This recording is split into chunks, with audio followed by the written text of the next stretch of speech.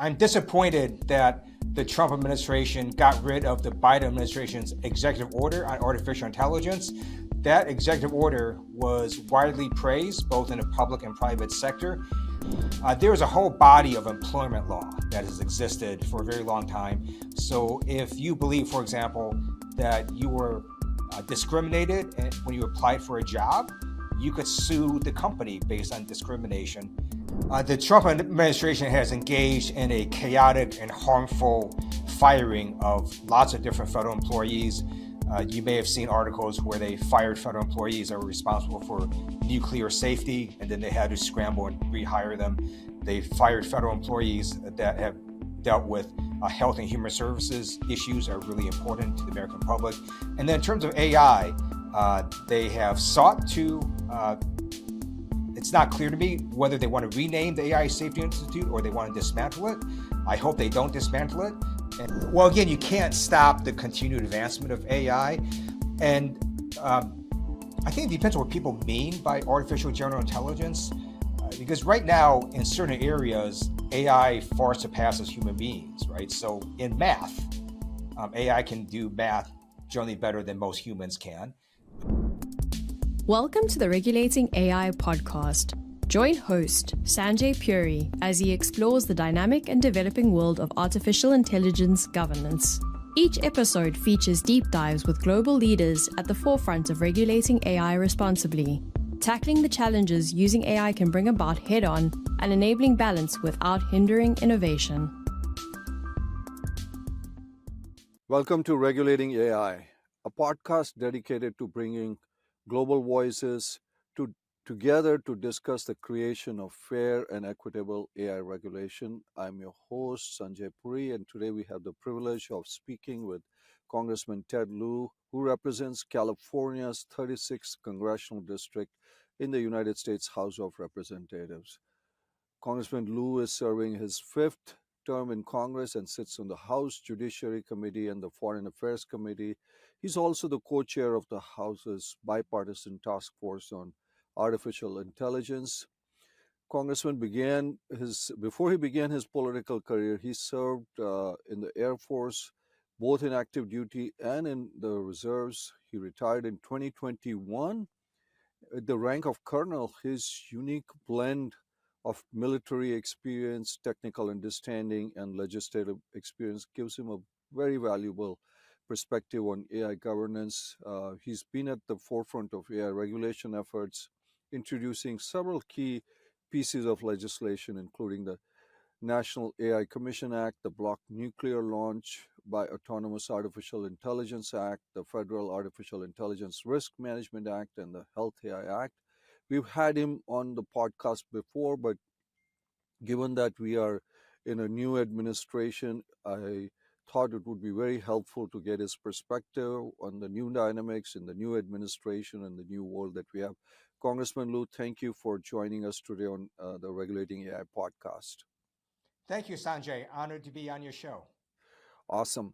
Congressman, as I mentioned to you, that you are, as a co-chair of the House's bipartisan task force on artificial intelligence. How are you adopting your strategy to work with the new administration's apparent prioritization of AI dominance over regulation, given that VP Vice President J.D. Vance recently gave a speech at the AI Action Summit in Paris, where he emphasized AI opportunity over safety, stating the AI future is not going to be won by hand-wringing about safety, it will be won by building. How do you respond to this shift in the administration's approach to AI regulation? Thank you, Sanjay, for your question. I'm disappointed that the Trump administration got rid of the Biden administration's executive order on artificial intelligence. That executive order was widely praised both in the public and private sector. However, the Trump administration did say they're going to put in their own executive order. So I'm going to wait and see what it is that they put in its place. And I disagree with Vice President Vance. I believe you can have both innovation and safe innovation at the same time. So basically, innovation and safe innovation, and we're going to drill down what that means. But also, Congressman, at the Paris AI Action Summit, there seemed to be a divergence between the US and the European approaches to AI regulation, which kind of you're hinting at, with Europe maybe with the EU AI Act focusing on probably on safety and governance. How important do you think, and this is for our audience, which is a global audience of AI policymakers, think tanks, AI entrepreneurs, experts, how important is international alignment on AI regulation, and what challenges you see the divergence playing for us? So one of the things that I get to do as a legislator is I get to plagiarize. And Mhm. so we're going to see what happens with the European model. If it's the best thing since sliced bread, then we're going to copy much of it. If it's a total disaster, we're not going to copy any of it. If it's something in between, we might take parts of it. So we're going to wait and see how it plays out. Now, I was appointed co-chair of the House Bipartisan Task Force on Artificial Intelligence, and we issued a report this past December, and we came with a different approach. So the European approach is basically one centralized, massive law that has regulators then Mhm. implement the law, and it's a very centralized system. Our approach is more sectoral. We're basically saying, look, the AI that the Federal Aviation Administration regulates versus their, Department of Education versus Department of Commerce, it's quite different. And so there's no reason to have basically one, 20,000 page bill that does AI and then we're done with it. Instead, we want to empower the various federal regulatory agencies to deal with AI within their jurisdiction.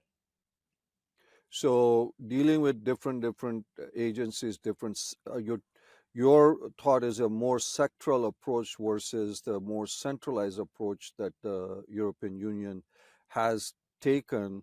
Uh, I've had a lot of your colleagues on there. Your co-chair emphasizes, he's been on our podcast and other conversations with him, incremental approach to regulation. Do you think an incremental approach is the way to go, Congressman? I think it depends on the use case. There's Okay. 27 million uses, right, of AI, and Hmm. some of them could be very, very risky, and some of them are not risky at all. So I think it depends on the specific use case. So I'll give you an example. Um, with these large language models, at a very basic level, we still don't know how they work. We don't Hmm. know how they go from point A to the conclusion. We just know it gets it right most of the time. But Hmm. because we can't really trace it and don't really fundamentally understand it, there are certain use cases where you can't have that happen, where there's some uncertainty. And Hmm. one of those cases is the use of nuclear weapons. So I Hmm. passed a law last term, or I wrote the language for a law last term that basically said we have to have human control in the launch of nuclear weapons. We're Hmm. not going to let AI ever launch a nuclear weapon by itself. Hmm. So what you're saying is depends on use cases. Several of, as I said, your colleagues have also said, Congressman, that we have existing laws, like the Federal Trade Commission has its laws, Department of Justice has it. We have Department of Labor and all those. They say, FDA has its rules and regulations. That takes care of AI. Doesn't mean that we need new laws. Do you think because of AI, even though we have regulation with different agencies, AI specific rules and regulations are necessary? I do. And again, it depends on the use case. So I'll give you an example. There is a whole body of employment law that has Hmm. existed for a very long time. So if you believe, for example, that you were discriminated when you applied for a job, you Hmm. could sue the company based on discrimination. But Hmm. let's say the company used an AI algorithm that you didn't know about. You Hmm. wouldn't necessarily know to sue regarding that algorithm. So one way to do it would be maybe we have disclosure. Maybe we have companies say, hey, look, we decided to accept you or not accept you based on this AI algorithm. And if you believe there's discrimination, then you can bring a lawsuit challenging that algorithm. So it, Hmm. again, depends on the use case. But there are a lot of laws existing that do provide remedies for people who believe they've been harmed. So there are laws, but we need to, as you said, have use cases. Several AI CEOs who come on our show, they have posed this question on me to pose to guests, to policymakers like you, that where does the responsibility lie if there's, let's say, there is a problem with AI does something that is really illegal, or there's a real problem, whether it's hallucination, etc. Whether it's, is it with the foundation model company that is liable? Is it the implementer, or is it the user? Where is the responsibility? That's a great question, and I don't want to sound like a broken record. I keep talking about it depends on the use This case, but case. it does, because every factual situation is different. So let's say you had AI software that helps radiologists, detect whether there's a tumor or not. Hmm. And let's say it's just really horrible AI software that just misses, Hmm. really easily spottable tumors and so on. Hmm. Maybe in that case, you might say the AI developer is primarily liable for Hmm. mistakes. But maybe there's AI software that's pretty darn good. And it, let's say, does miss a tumor that also most radiologists would have missed anyways. Then Hmm. it's not clear who would be liable. And then there are cases where there's joint and several liability, where both the radiologist and the AI company could be jointly liable. And then a jury would apportion the liability based on who they think was more liable. And that happens Hmm. all the time in tort cases, where instead of one entity being liable, you might have three, and the jury Okay. might decide to award certain amounts to each against each entity, depending on the specific facts. So there could be joint liabilities relating to that.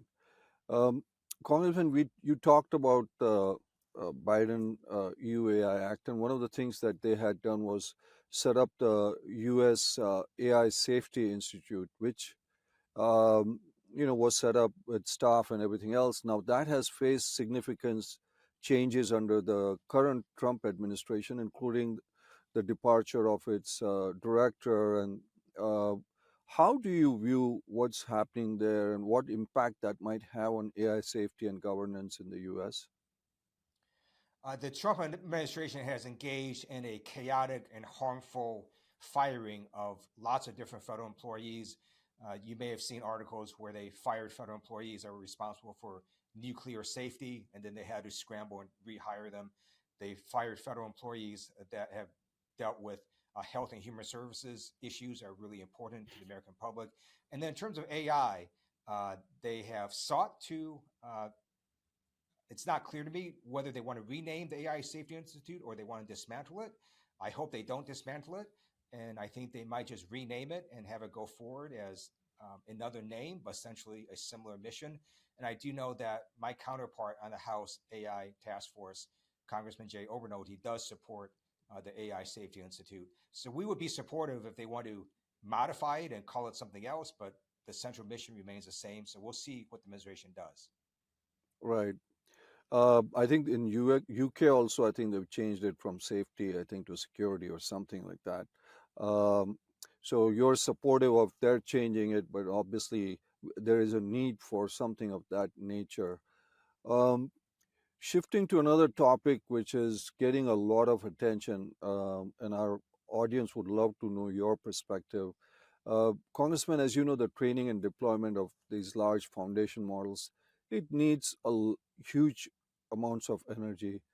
How should policymakers like you balance the, pursuit of technological advancement, but also making sure whatever the environmental and other consequences of this are? What role do you think Congress can play in addressing these concerns, this energy concerns especially? uh, Lowering energy costs helps everyone. And at the same time, we do have climate change. So we have to be very aware that if you use fossil fuels, that's going to make climate change even worse. It's hard to know in the AI context whether it's net good or bad in terms of energy use, because let's say hypothetically, AI large language model allows a state to uh, do its energy distribution much more efficiently. Maybe it saves a bunch of energy that way. Or if an AI large language model helps get energy efficiencies in other places or comes up with some new environmental energy savings. It's really hard to know because there's also a benefit that comes from these large language models. But clearly, energy use is something that Congress is looking at. It's very important, not just for AI, but for pretty much every aspect of society. And then again, there's ways to try to make energy use less intensive. So you have companies working on chips that use less energy. You have new algorithms that potentially could use less energy and come up with the same answer. So all those are being worked on as well. So, let's be more energy efficient, maybe instead of large language models, small language models, or on device language models. But as you said, energy, because we've heard some big announcements on Stargate and things of that nature. So that's obviously a big issue that is going on. The other issue, Just a sorry, go follow ahead. up to Yeah, that, because please. you mentioned Hmm. on device Hmm. language models. So when you have a large language model, there's a lot of energy that's spent training the model. Hmm. And then once model is trained, you then have to spend a bunch of energy to run it. Hmm. If you can put these large language models onto, let's say, your phone Hmm. and run it that way, and then you essentially have a whole bunch of distributed networks and energy sources, such as phones that are running these Hmm. models, that could save a bunch of energy so you don't have to spend so much running the big model itself in some data center somewhere. Qualcomm, for example, is putting AI models onto its phones and its Hmm. chips. And so I think that would be one of the ways you could save energy in the future, is to have these large language models simply run on people's handheld devices. Yeah, and I think Apple's trying to do that too.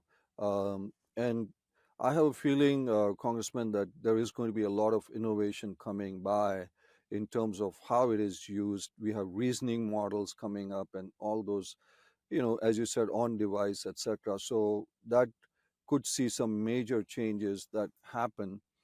Um, Shifting to another question that came in, that people wanted your view, and I'm going to first start with a smaller version and then take it at a geopolitical level. There is this whole issue of open source versus closed source. So, want to get your view, and this has kind of become accelerated with the DeepSeek release of their models now. There have been, obviously, DeepSeek's not the only open model. You have LLaMA from Meta and Mistral and several others. But just at a generic level, how, from a policy standpoint, how do you view this? And then I'll take it at a geopolitical level. So I generally support open source, and it has huge benefits to society. I'll give you an example. I was at South by Southwest earlier this year, and there Mm, was a company there that built this software to help radiologists detect tumors and mm, other problems from scans. And they built it using the LLaMA open source model. mm, And one of the reasons that they use LLaMA is because it's open source. They know basically what's going on with the model, and if it wasn't open source, if it was closed source, then they wouldn't necessarily know if, let's say, OpenAI decided to change how that model worked, mm, and then it might cause problems with the software that they're building on it. They would have to sort of trust OpenAI to let them know every time there was a change to the model or if they tweaked it somehow. But with mm, open source, you know exactly what is going on, and so there's a lot of mm, benefits to it. mm, Now, the concern is, let's say you have an open source model that is so advanced that, let's say, it becomes expert level in virology, and mm, it can very easily tell you how to make a virus that could start a pandemic. Then we might have some problems there, and we need to figure out, well, what do we do with that? How do we make sure that you don't have open source models that can tell any terrorists how to make mm. weapons of mass destruction? Yeah, but Congressman, don't you think we're getting close to that point? And that's going to be another question which I kind of want to ask you is, because when you look at DeepSeek and others, they've put the training rates also publicly out there, unlike a lot of these companies.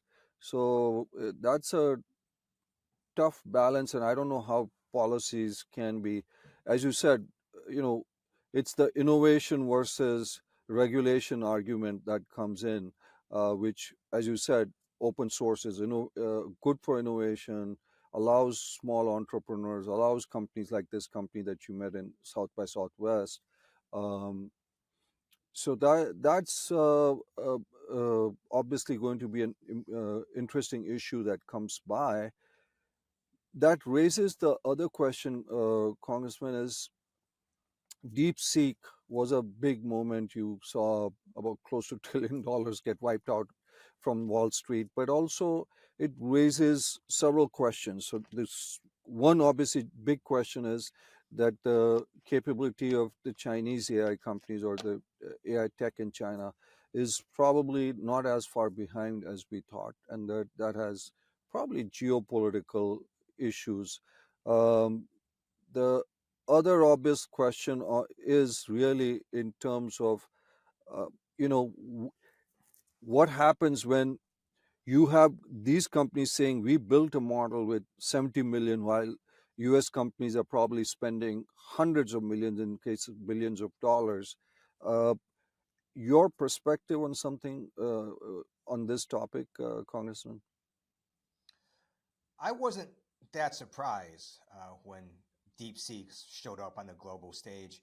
And the reason is these large language models, the secret is already out. People know how to build them. Basically, there's three components. You've got the algorithm, you've got the compute power, and then you have the data. Mm-hmm. Well, the algorithm is pretty much out there. It's basically, a lot of linear algebra equations being calculated over and over and over again. And then compute power, basically, the more chips you have, the more high performance they are, the better you can train your model. Data is where you have some segmentation. So China has better data in certain areas, and the US has better data in other areas. But essentially, anyone can now build a large language model. There's no sort of secret sauce there. Mm. And let me sort of give you this analogy. I served actively in the US Air Force. One of the reasons that the US has the best Air Force in the world isn't because we can build a stealth fighter. It's because we can build a stealth fighter 15 to 20 years before anyone else can build it.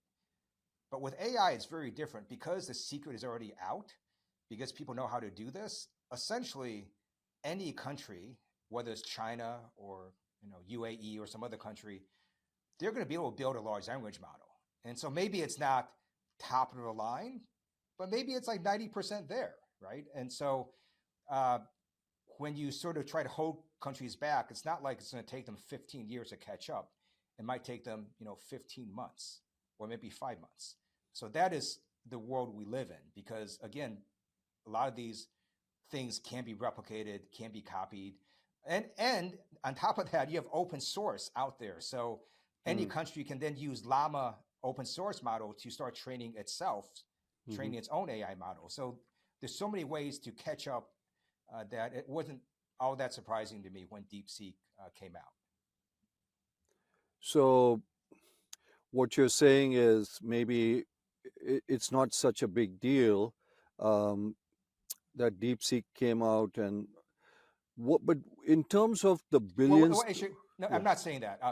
It is a Okay. big deal that DeepSeek came out because it showed that the ability of other countries to catch up is very, very quick, because the secret sauce is out. People know how to build these things, and there's open source large language models out there that they can look at and Yeah. copy and use.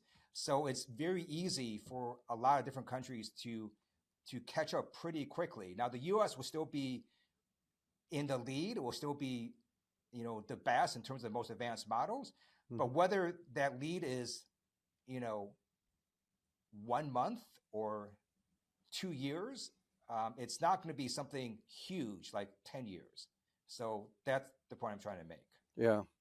So then what are the implications for national security for something like this, Congressman? We talked about, you said open source getting into the wrong hands and things of that nature, but just looking at if it is parity for almost everybody, it's not just China, as you said, it could be the UAE, it could be any country, because it's like AI is now become sovereign AI has become a big thing. Every country, so to speak, that has resources wants its own AI, so to speak. So what does that mean from national security standpoint, given your military background? What do you think? So I support export controls on high performance chips. I Mm-hmm. do think it's important that the U.S. maintain its lead in AI. Mm-hmm. And what some folks will argue is that as AI models get very, very advanced, they could start creating their own AI models and Mm. start training their own AI models. And you could have basically sort of an exponential acceleration in a way that might let one country get very, very far ahead in a very short period of time. Mm. So, because of that possibility, I do support export controls on high performance chips.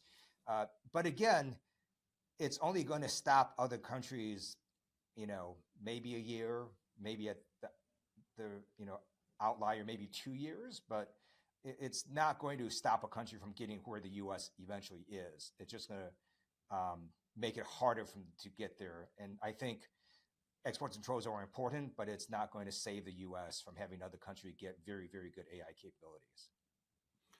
There are people who would argue that it forces some of these countries to innovate, to find solutions that might not need these high-end chips, etc. Just they're saying like DeepSeek did, and it might hurt our competitiveness ultimately. It's possible, although it is pretty clear that the higher performance chips you have, the more you have of them, and the more compute power you have, the better your model is going to be. Now, Mm. DeepSeek did make some interesting changes that allowed it to get better Mm-hmm. um, using less compute power. But guess what? Now people see what it did, and now they use that too. All right, and so um, a lot of this is uh, something where you'll see an advancement, but then you'll see other jurisdictions and places catch up pretty quickly once people see the advancement. Yeah. No, I think that that's an important point.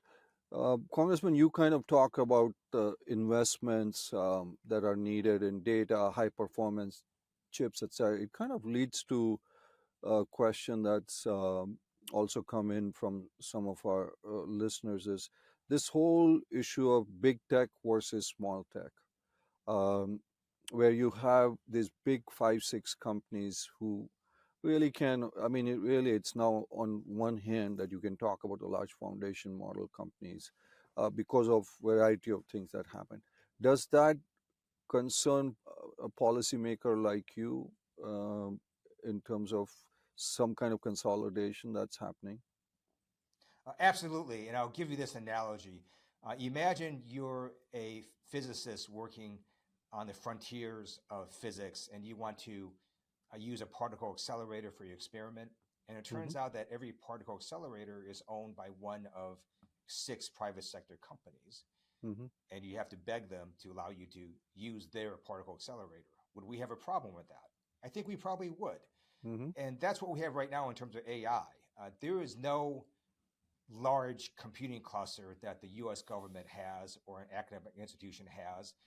And so if you want to use, one of these frontier models of AI, you've got to basically ask a private sector company to let you use it. Maybe they'll say yes, maybe they'll say no. It's totally up to them. And what happens if, let's say, a private sector company goes, we don't like U.S. foreign policy this year. We're going to stop working with you. That would be a problem as well, right? So I am a co-author of a bill that would establish the National AI Research Mm-hmm. Resource to basically provide compute power to researchers Mm-hmm. that right now have to depend on a handful of private sector companies to let them use it. So, consolidation obviously is a big concern, which we've seen now in the social media. Um, uh, Shifting a little bit to U.S. Congress, Congressman, you in one of your press releases you mentioned that even the most advanced AI frontier models can have errors and can hallucinate. How uh, how do you explain concepts like AI hallucinations, multimodal, agentic AI, etc., AGI to your colleagues in Congress who may not have technical backgrounds, given the pace of um AI that's happening so fast, and we are asking these people? I mean, they have to deal with Ukraine the same day, with Gaza on the same day, border security the same day, and then we say, hey, we've got to talk, let's talk about agentic AI or open source, closed source. I mean, you are an absolute exception because I've been having a pretty technical, and I think I can talk to you about synthetic data and I can talk to you about quant and stuff like that. But talk to our listeners a little bit about your colleagues. Thank you for that question. My colleagues elected me as vice chair of the House Democratic Caucus. Mm-hmm. And in that capacity, I've done a lot of different briefings and dinners to educate colleagues on AI. Mm-hmm. Last term, I actually did a bipartisan dinner with then um, vice chair of the House Republican Conference, Mike Johnson. Mm-hmm. And we brought in Sam Altman. He showed ChatGPT. There were about 60 members there, both Republicans and Democrats. And that was I think, a really good dinner because it allowed people who had never seen it before to understand some of the capabilities of AI. And then since then, I've done different briefings to show my colleagues what is going on with AI. But a lot of it is um, members taking the initiative to learn about this by themselves. And you're right, we do deal with a lot of different issues. And it's not a great way to run government, by the way, right? Because I'm voting on, drip irrigation in agriculture, and then that's something about nuclear weapons, and then Mm-hmm. something, about cancer. And it is basically impossible for any member of Congress to be an expert on everything they vote on. So it is a challenge, but I try to do as many briefings and policy dinners as I can. So that's a very important role that you're playing. You're basically educating members of Congress. I think our listeners will be very happy to know that someone like you is there as a subject matter expert for members of Congress. Uh, Shifting to another question that came in from our audience is, look at what the recent models of AI, Congressman, from coding generators to look at Google research or look at the research that OpenAI just announced. There are implications for our workforce in this country. I mean, leave aside the reports from McKinsey and others, and it's happening and it's going to happen in the future. Is there, firstly, what are your views on it, and is there a role for policymakers in this massive transformation that's going to happen? Yes. So my first view is we can't stop it. So if some company makes an AI product that helps another company become much more efficient, then they're going to use it. And if that efficiency results in the loss of jobs, that's just going to happen. And we can't really stop that from happening. What we can do is to help people learn new skills and get a job doing something else. And so I think the most important thing is to teach both children and adults to learn how to learn. If you know how to learn, then you can learn a new skill and then change and do something else. But we're not going to be able to stop the advancement of AI. We're not going to stop businesses and uh, folks from using AI in ways that make what they're doing more efficient, and that's invariably going to cause job loss. It's also going to create new jobs, right? There'll be new jobs that are around because of new things that occur because of AI. With every technological revolution, historically, more jobs have actually been created because of the disruption. So we have to wait and see exactly what this is going to look like. But some things I want folks to think about. Imagine adding, you know, 10 million PhDs to the economy. That's basically what you're going to be getting, right? What does that look like? I don't know. Imagine, in a few years where people can have complicated software programs written for them with a few prompts on their phone, and then these software programs act like agents, go out into the world and do things. Well, what does that world look like? I don't know, but it's coming. And so you're going to see a different world as the years go by. And we just have to be prepared to teach people to uh, learn new things and to adapt. Learn new things and adapt. Sometimes not the easiest, as you know, because the transition, and we've been through several, as you've said, and we've come out ahead. Um, you kind of touched on a point, Congressman, that about agents. Now, people are saying is there will be an agent workforce. These will be people, as you said, a company could have 20 human beings and 60 digital agents working in there. Is there any kind of rules, regulations that would govern that agentic workforce in your view, or should there be? That's a good question. I have to think about that. It probably again depends on the use case. Hmm. Um, and it's not clear to me there would be any general rule. Uh, but again, there is a whole body of tort law, right, that exists that if Hmm. you're harmed, you can seek a remedy. And so whether that harm comes because of a human being or a human being's agent, you're still going to be able to sue and hold someone liable for what happens if you were harmed. Does the agent have rights? Is the agent worker have rights of its own or her own? I believe AI has no rights. Has no To me, rights. AI is not a human being. It's not sentient. It will Okay. never be sentient. It's simply a tool. Okay.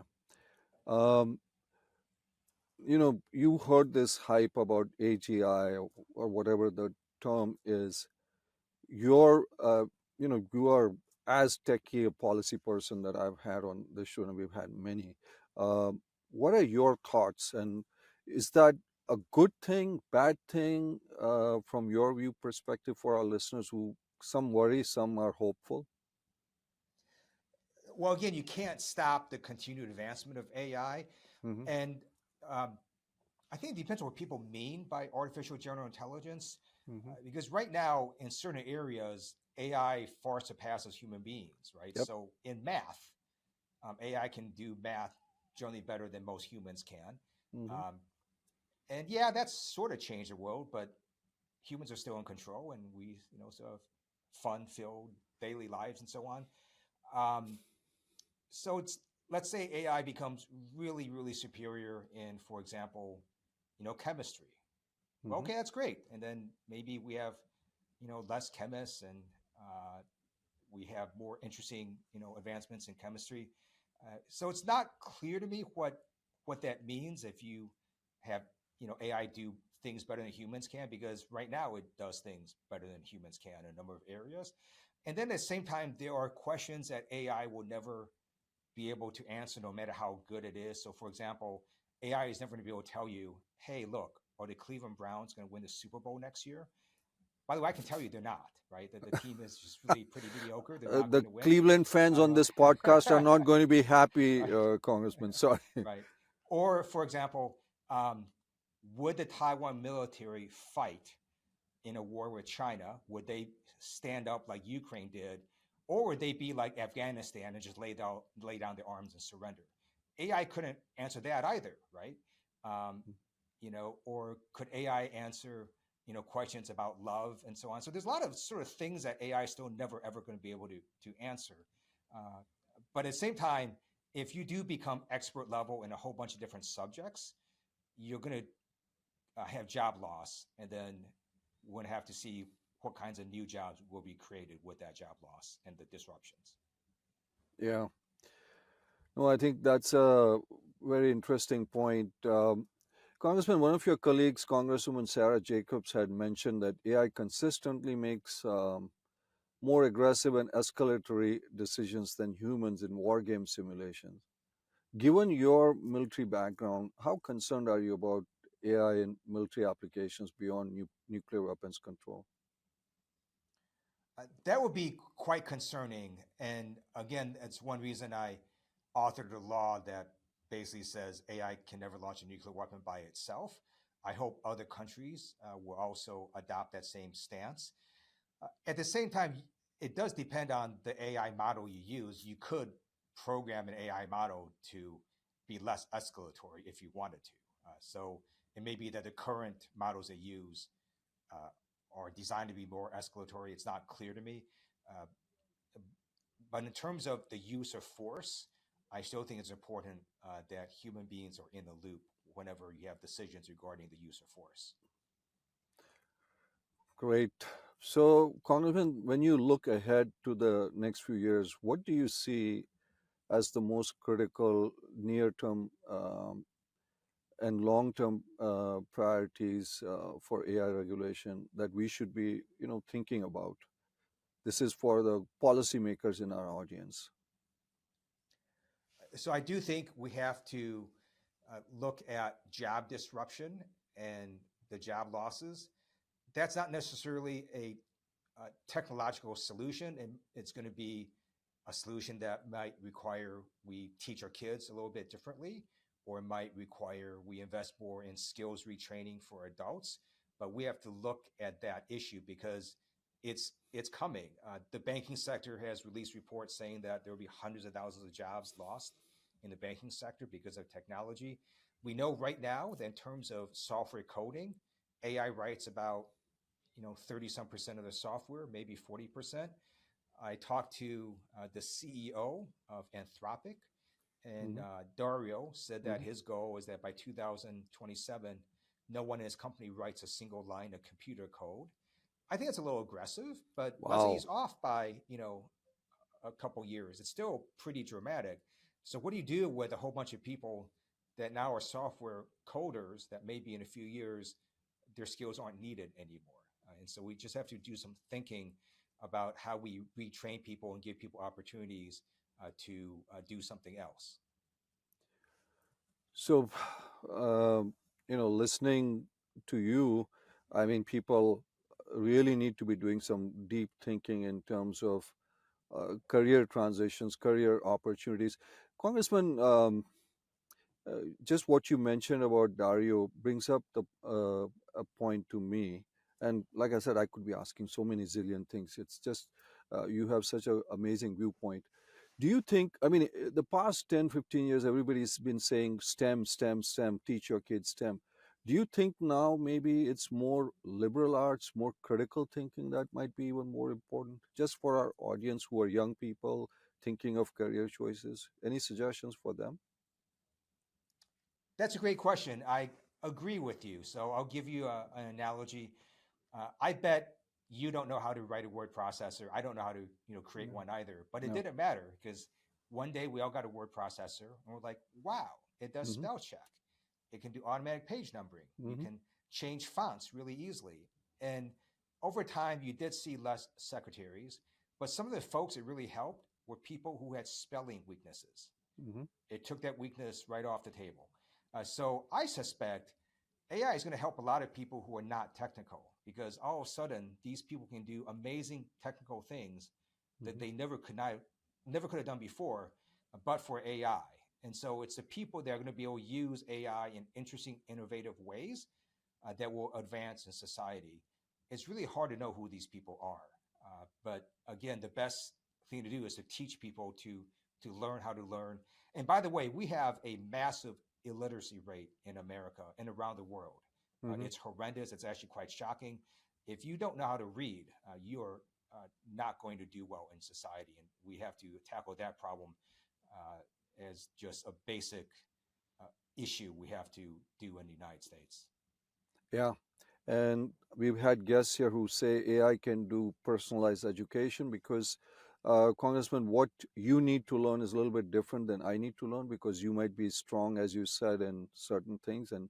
But if you keep getting fed the same stuff, maybe not the best thing. It's like your medicine's different than mine. So I think you make a fantastic point. There are challenges, but I think there are great opportunities. So, Congressman, I really want to thank you for sharing your insights and your expertise. You can talk policy, you can talk technology, you can talk education, national security. And that's the kind of forward-thinking leadership that we need as we navigate, the complex challenges and opportunities presented by this rapidly evolving technology. So I thank you for joining us on Regulating AI and to all our listeners, and we look forward to following your continued work in this critical area. Thank you so much for being with us, Congressman. Appreciate it.